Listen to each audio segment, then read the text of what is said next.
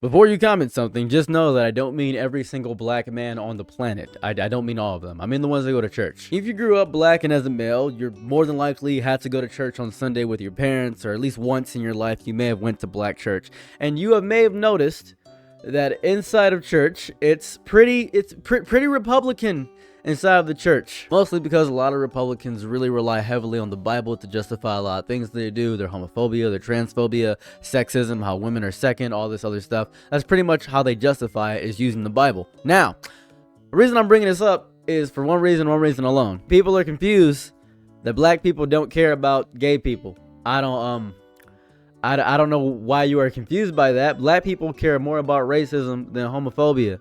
That's what they care about more. I don't even know how that's controversial or crazy to say. I might be stupid. Now, you don't have to agree with me if you don't want to. You really don't. But I really want you to think about the statement that I'm saying. Black people care more about racism than they care about homophobia. So the forefront of their issues are going to be race-centered as opposed to LGBTQ-centered. And they don't owe you to be your ally just because you both are suffering. It would be nice if all the minorities gathered together and coddle and huddle into a hyper group to go against the bigger people that are actively destroying our lives. Instead of aiming left, right, we go up, down. People that are at the bottom will attack the people at the top. That'd be beautiful. I would love that. That would be the greatest thing ever. But that's not real. That's not how the real world works at all. People are not a monolith. Flattening entire groups into one behavior pattern is how discussions stop being honest and deeply start being lazy. I do believe that. But I want to talk about a brief generalization here, because I want to say, let's say 51% of black men that go to church are going to have either some sexism, misogyny, homophobia, transphobia ingrained inside of them. I'm not going to be lazy with this conversation either. I think this is a very important conversation to have, because lazy conversations do not help anyone understand what is going on beneath the surface at all in any capacity. That's why you'll also see a lot of black conservatives like, let's say, Tyler Perry, right? Tyler Perry is a very famous black conservative. He is very rich. He is homosexual. When you see a lot of gay Republicans, they are very Christian based and they are repressing their gay urges through Christianity. Because a lot of churches are very flamboyant, very theatrical, very music oriented, very heavenly, very sultry, and that may make them see the pastor in a different light. They may see the pastor as lovely or heavenly or divine. They may fall in love with the pastor. Happens a lot more than you think, and you'll see a lot of gay black men become pastors or become members of the church because the church is very flamboyant in nature. It is just showy and gaudy and very theatrical. You're well dressed and they smell nice. It's a lot. It activates a lot of things inside of the brain. Hence why you see so many gay Republicans. It's a whole thing. It's literally a whole thing. But outside of that small anecdotal thing, what you are noticing is that in religion and culture, tradition that shapes values. In many communities, including black communities, the church has historically played a massive role. It defines structure, gender roles, discipline, social expectations. Those frameworks can line up with what most people call conservative values because the church has been going on for a long time, and conservative values are values that just hold up through the test of time. That's what it was. It's about family hierarchy and gender roles and authorities. In a lot of churches, not just black churches, churches in general, there is a strong emphasis on order, leadership, roles within a household. Men are expected to lead, women are expected to support. For some people, that feels very natural. For others, it feels restrictive because they want to tear down gender roles. For others, it's something they follow without ever really questioning it, where it came from. And that's a lot of people. Most people, if you ask them, they're going to say, I believe in God, even if they don't go to church, even if they're not conservative, even if they're not heavily into politics, they're going to say, I believe in God. It's a base default. It's the beige wallpaper of ideology to believe in God. That's really what it is. And then the framework also carries weight when it comes to sexuality and gender. In many of these spaces, the teaching is clear. Homosexuality is a sin. Transgender identity is not recognized as real. The body you were born with is the body that God gave you. And to alter it or to desire outside that framework is to reject divine order. And these are not abstract theological debates. They are preached from pulpits. They are reinforced in Bible studies. They are woven into the fabric of how generations have learned to understand right and wrong. That's basically how the church works. And that teaching does not stay in the church. It travels home, becomes a language used around dinner tables. It becomes a standard by which families measure whether a child is living correctly. It becomes the source of silence for queer kids who grew up knowing, before they even have the words for who they are, that the people who love them will not love this part of them. The homophobia, the sexism, the transphobia that emerge from these spaces are doctrines. They are taught, they are inherited, because that is what it is. It's always the weirdness things that they destroy out. And some men will marry women, and because they have to. They just have to. It's what they have to do. When they really want to be with a man, they love in secret, meet in secret, grieve in secret, die with secrets the family never knew. And it's the architecture of how church is. It's why you have so many people that are hiding. I think, and this is the same way I feel about assault when it comes to men. I think if it wasn't frowned upon, there'd be a lot more gay men and a lot more men talking about assault if it wasn't frowned upon as a society for men to talk about those two things. If it wasn't a sin to be gay, if it wasn't frowned upon to be gay, and if it wasn't frowned upon as a man to say he actually got attacked by somebody, there'd be a lot more people coming up and talking about it. I think the numbers are skewed because people don't want to be honest because they're scared of the repercussions of the honesty. You may be asking yourself this question right now. Well, why aren't there a lot of black Republicans or black people that are openly conservative? Well, political alignment is not just about your values. That's a very important thing. It's about history, experience, survival. Many black people have a complicated relationship with political conservatism because of how it has historically intersected with race. Now, this is very important. Black people, as I stated, care more about race than anything. It's their favorite thing to talk about. It's my favorite thing to talk about because it is a big factor of how I have to live. Civil rights, systemic issues, a lot of stuff in that variety. So even if some social values overlap, that does not automatically translate into full political alignment. A person can hold traditional views on gender and still vote against a party they associate with segregation. That's just what it is. A person can believe their church teachings on sexuality and still fight for economic justice. That's the whole thing. That's what it is. The mind holds contradictions. The heart holds contradictions. It's living inside that complexity that makes it so important. And there are generational differences too. Older generations, especially those deeply rooted in church culture, often carry more traditional views on relationship, gender, authority. That's why your old grandma is racist. That's why your old grandma doesn't like interracial dating or doesn't like men being with men. Your little friend, he a little fruity. Younger generations are constantly renegotiating those ideas. And I'm so proud of the younger generation for doing that. But sometimes accepting parts, right? Sometimes rejecting them completely, sometimes living in the tension between both. A young person raised in a church that taught them that taught them queerness is wrong might leave the church but keep the discomfort.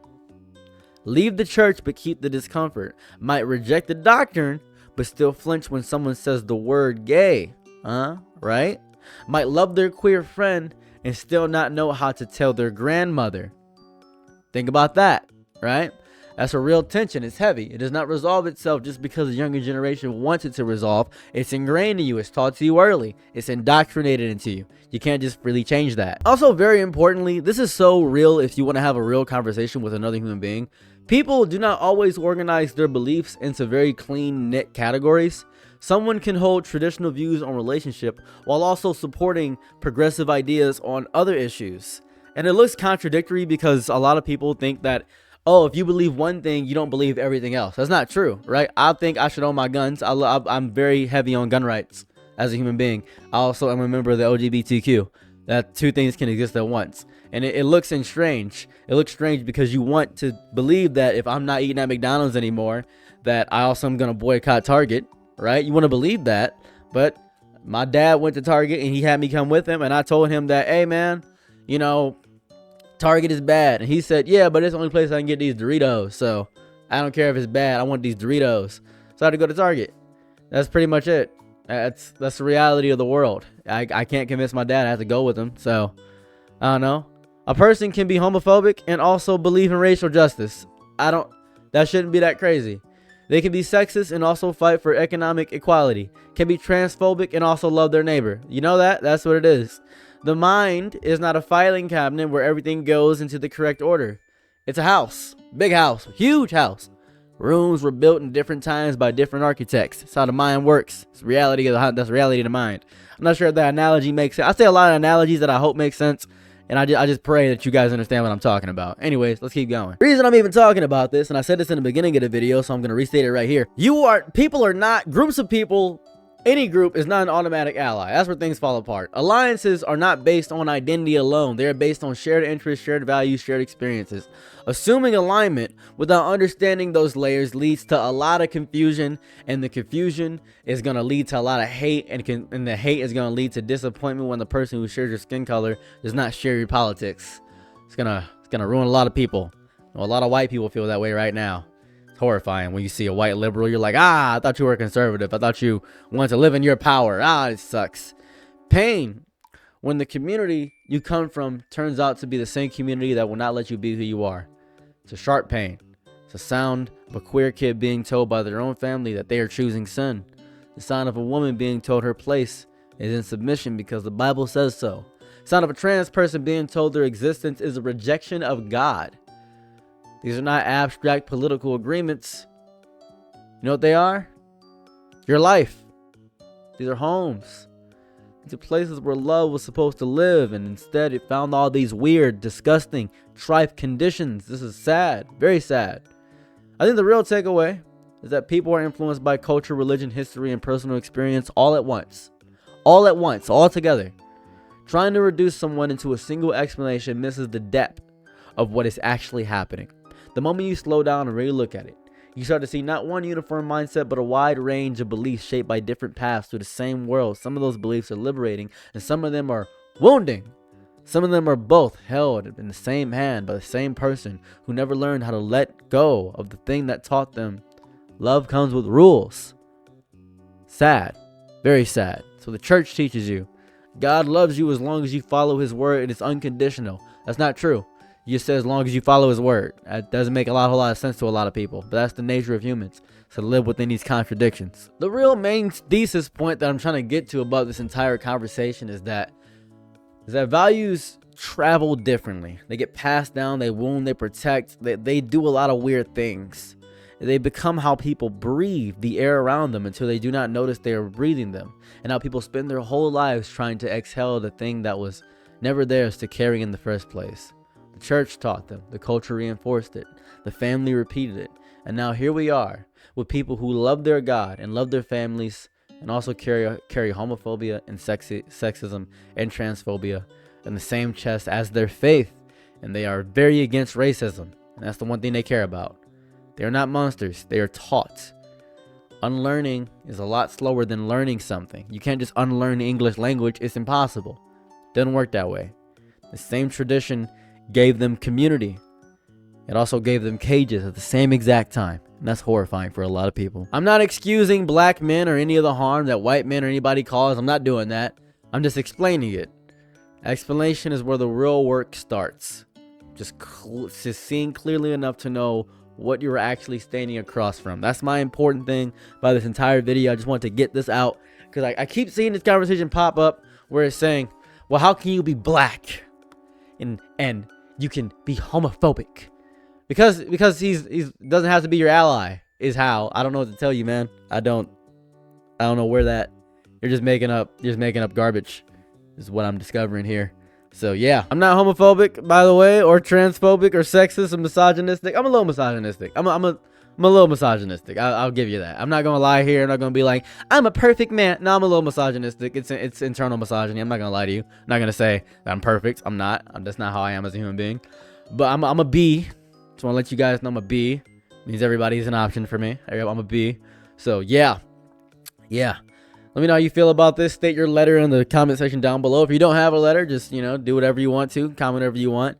Doesn't really matter. If you disagree, that's okay. You're more than welcome to disagree with me. You're more than welcome to disagree. These are my opinions, by the way. These are not based in anything besides my personal experience and what I've learned in this lifetime. So if you don't like it, you're more than welcome to disagree. I don't want you to hate me because of it, though. Just want you to disagree. That's it. So have a lovely day on that, wherever you're at. And I'm out. Peace. Bye. I'm your nigga night, be my loyal. Ooh, happy to try what you need. Your world, I love to live in it. Ooh, love the ride when you're free.